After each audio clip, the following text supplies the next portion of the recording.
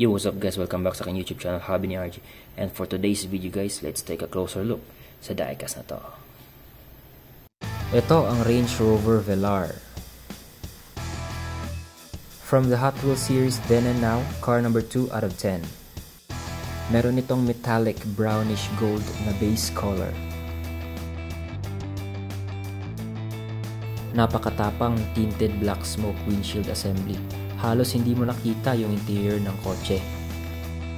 Integrated na din ang roof sa windshield assembly, kaya naka-all plastic ang canopy ng diecast na to. Meron din itong rear view mirror sa gilid.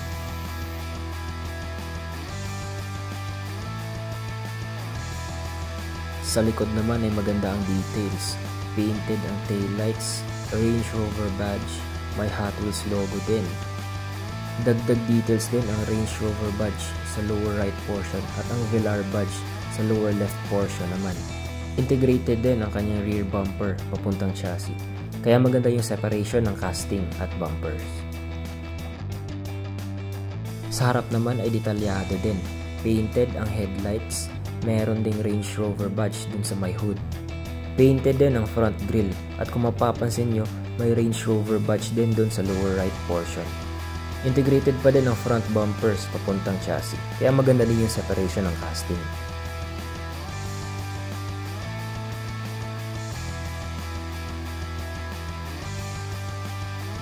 Sa gilid naman dagdag pogi sa akin yung gas cap door.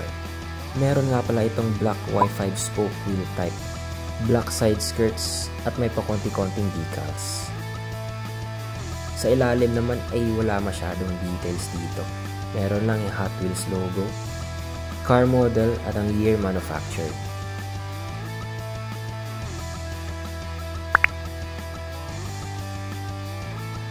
Mahirap hanapan ng puna ang diecast na to kasi halos magaganda yung details. Pero kung may gusto mo na kong baguhin ay sana ginawa pa rin nilang bakal yung roof ng kotse ito.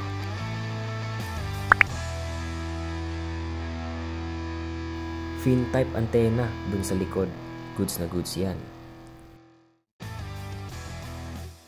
Rear view mirrors, okay din.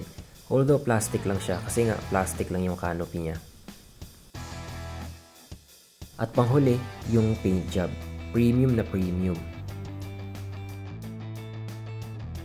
Yun lang naman yung mga nakita ko sa diecast na to.